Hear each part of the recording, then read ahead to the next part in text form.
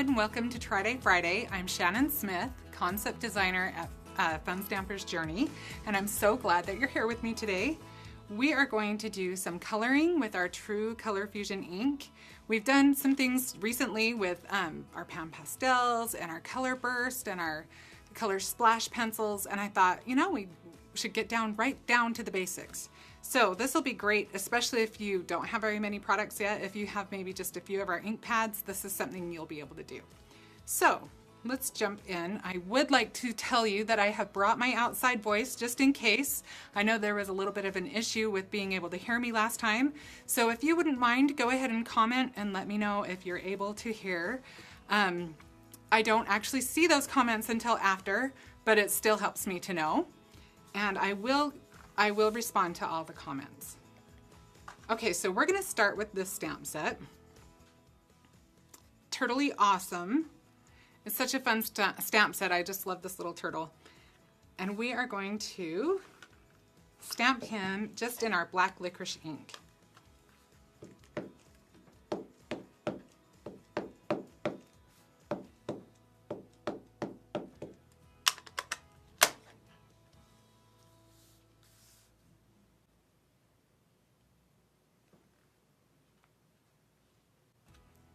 Okay, so now comes the fun part. Now this is something you can do with one of your acrylic blocks. If you've got a gel press, that would work just fine. If you have just even a clear view sheet, that would work. So we are going to take our Sweet Pear True Color Fusion ink, and we're just going to ink up the block.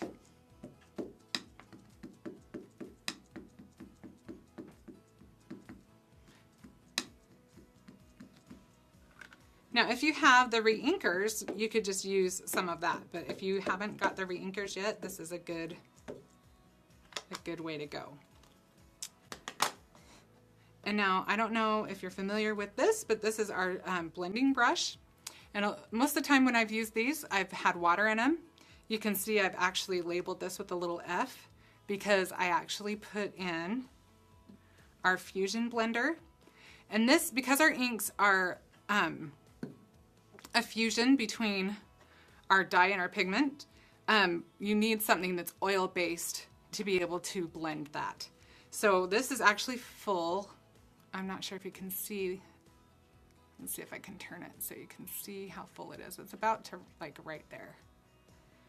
I wouldn't fill it too much more full than that, but once you have used your blender brush for the Fusion ink, for the Fusion blender, I wouldn't put water in it. I would just keep it separate and keep that just for that.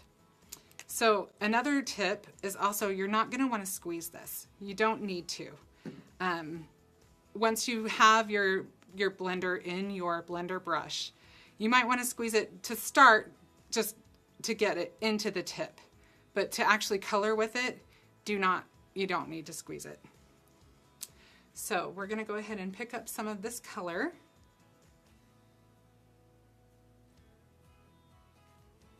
And I'm just going to color some of these little guys in the middle.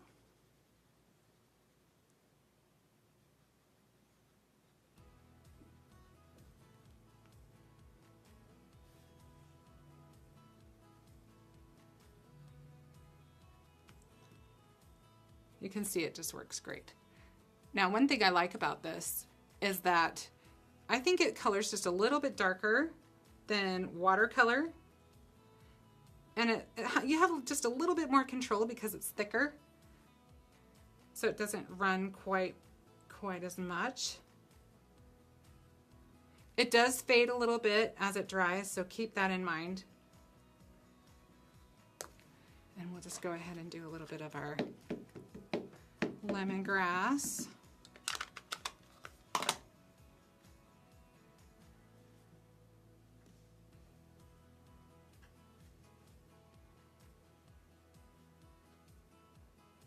And this is, you know, how the designers used to color everything before we had our pencils.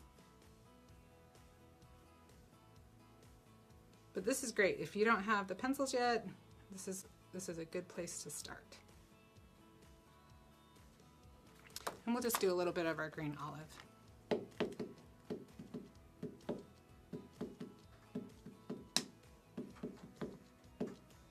I'm running out of block.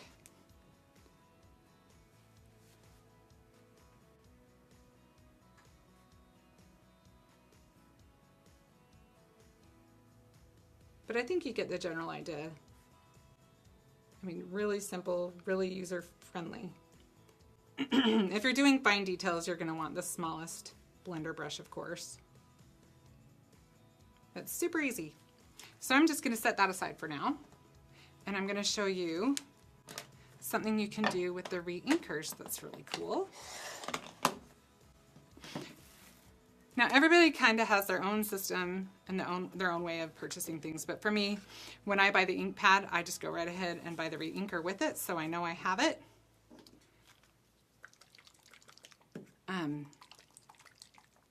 We're just going to use some of our re-inkers on our gel press. We'll start with, this is Lovely Blue.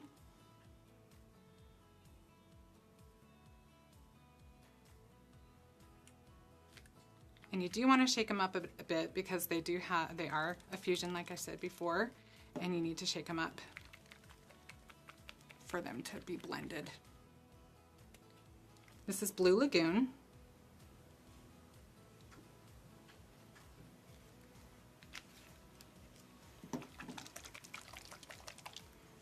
This one is Sweet Pear.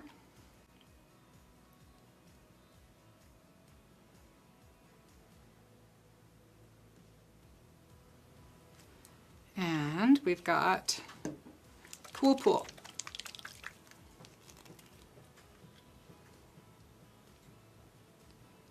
So now I'm actually going to add a little bit more of we'll bring out the Fusion Blender again.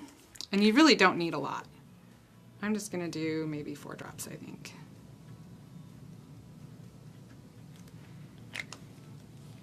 And I'm just going to take my brayer and just spread it out.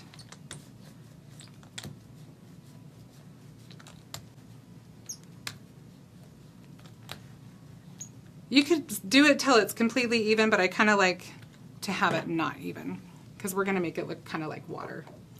So now I'm going to take my stamp. This is one of the cute plants that come with the set. And I'm going to go ahead and stamp off. I'm taking color off.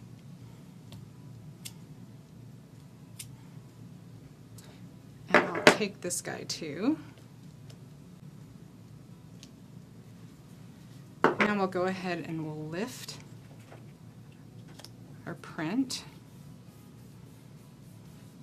And all I'm doing is just pushing, adding some pressure.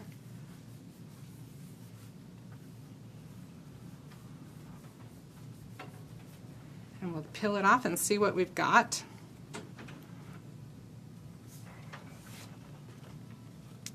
Kind of fun. You can just see the hints of the plants. I'm going to go ahead and move this. Actually, I'm going to knead it, I think, one more time. I'm going to use the ink that's left. In fact, I may even roll it a little more. And I'm going to use it kind of like a stamp pad now.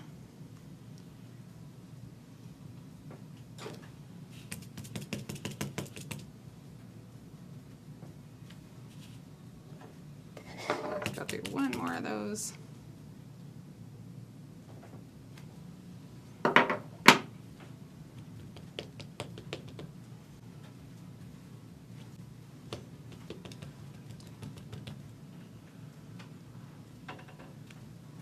Okay, so now I'll move this guy out of our way. And that's going to fade quite a bit as it dries. So just to give us a little bit darker of an outline, I'm going to go ahead and stamp them as well.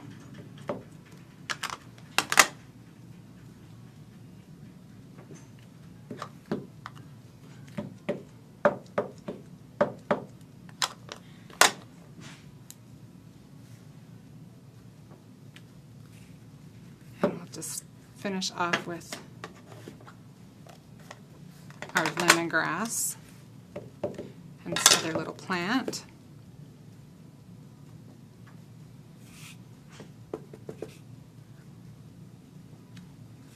Okay, so we've got our cool kind of underwater background,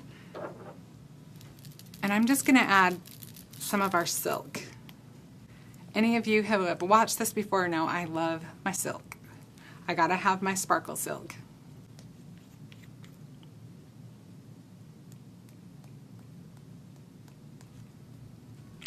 Kind of fun. I think it kind of looks like bubbles. And we'll add a little bit of silver in there too. So, I'd like to know what's on your craft table right now. What are you guys working on? If you leave that in the comments, I would love it. And now I think we're ready to pull out our finished project. And you can see when you do the gel press, you're never going to have exactly the same turnout. You can use the same colors. It's always going to be different. But just so fun. I actually added some glaze to my turtle, and you can see one of the nice things about this set is there is a coordinating die set.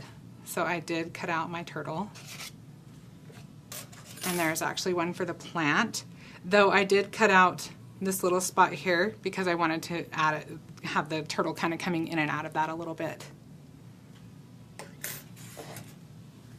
So fun. And was that not easy? Totally easy. And you don't have to have a ton of products to make that work. All right, well, I hope that you learned something new or were inspired a little bit, and maybe you'll have some time this weekend that you can do some crafting. Please leave some comments. I would love to see what you're working on. I would love to hear from you. Thank you so much for watching, and I'll see you next time.